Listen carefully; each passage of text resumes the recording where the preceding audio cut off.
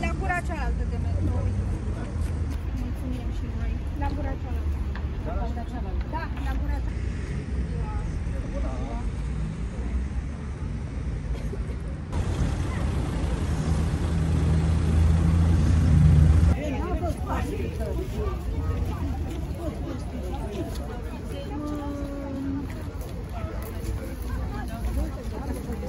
Aici?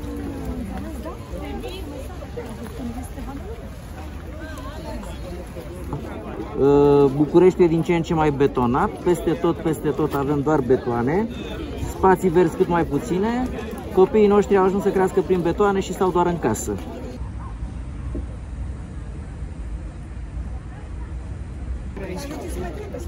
Este recomandare din partea doctorului.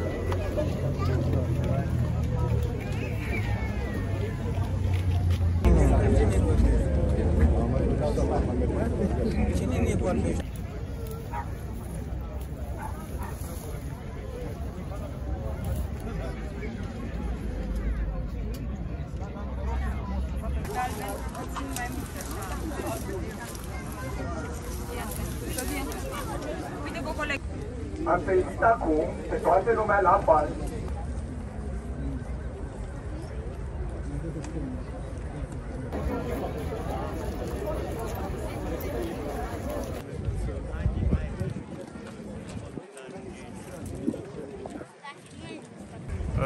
Am dorit să fie amenajată cel puțin la nivelul parcului mare și în niciun caz nu ne dorim să schimbe destinația.